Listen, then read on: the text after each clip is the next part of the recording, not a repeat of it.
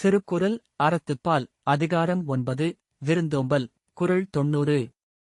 ஒரு சிறிய முகசுழிவு விருந்தினரின் மனதை உடைக்கும் சக்தி கொண்டது.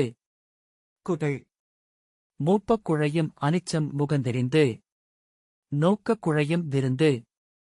தமிழ் பொருள் அனிச்ச மலர் தொட்டாலே சுருங்குவது போல முகம் சுளித்து பார்க்கும்போது விருந்தினர் மனம் உடைந்து விடுவார். எளிய விளக்கம்: விருந்தினரை அன்புடன் சிரிப்புடன் வரவேற்க வேண்டும். அவர்களை முகம் சுளித்து அலட்சியமாக பார்த்தால் அவர்கள் மனதில் வருத்தம் உண்டாகும். உதாரண கதை: ஒரு கிராமத்தில் ராமு என்ற ஒருவர் இருந்தார். ஒருநாள் அவரது நண்பர் சூர்யா அவரை பார்க்க வீட்டிற்கு வந்தார். ராமு வேலை பிஸியாக இருந்ததால் முகம் சுளித்து, "சரி, உள்ளே போ" என்று சொன்னார். சூர்யா மனதில் வருத்தத்துடன் சில நிமிடங்களில் வெளியேறினார். அதே நாளில் சூர்யா மற்றொரு நண்பர் குமார் வீட்டிற்கு சென்றார். குமார் அவரை பார்த்தவுடன் மகிழ்ச்சியுடன் வரவேற்று, "வாங்க, நீண்ட நாட்களாக பார்க்கவில்லை" என்று அன்புடன் பேசினார். சூர்யா அங்கே மகிழ்ச்சியாக நீண்ட நேரம் இருந்தார். இந்தக் கதையின் பொருள்: விருந்தினருக்கு கொடுக்கும் உணவு மட்டுமல்ல, அவர்களை வரவேற்கும் முகமும் முக்கியம். அன்பான முகம் உறவை வலுப்படுத்தும், முகசுளிவு உறவை உடைக்கும்.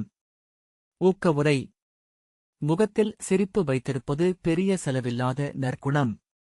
நிஜ வாழ்க்கை சம்பவம்: ஒரு அலுவலகத்தில் புதிய ஊழியர் ஒருவர் சேர்ந்தார். சிலர் அவரை கவனிக்காமல் இருந்தனர். ஆனால் ஒரு சக ஊழியர் மட்டும் அவரை சிரிப்புடன் வரவேற்று உதவினார். சில நாட்களில் அந்த புதிய ஊழியர் அனைவருக்கும் உதவும் நல்ல நண்பராக மாறினார்.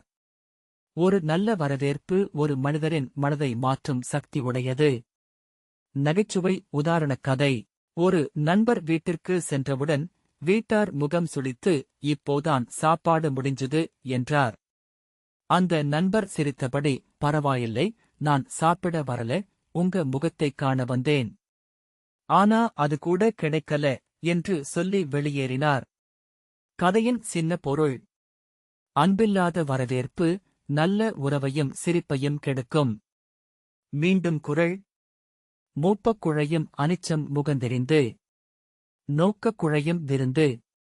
தமிழ் பொருள்: முகம் சுளித்து பார்க்கும்போது விருந்தினர் மனம் உடைந்து விடுவார். அடுத்த குறளில் சந்திப்போம். நன்றி. இந்த மாதிரி தினமும் ஒரு திருக்குறள் விளக்கம் பார்க்க கீழே இருக்கும் சப்ஸ்கிரைப் பட்டனை அழுத்துங்கள்.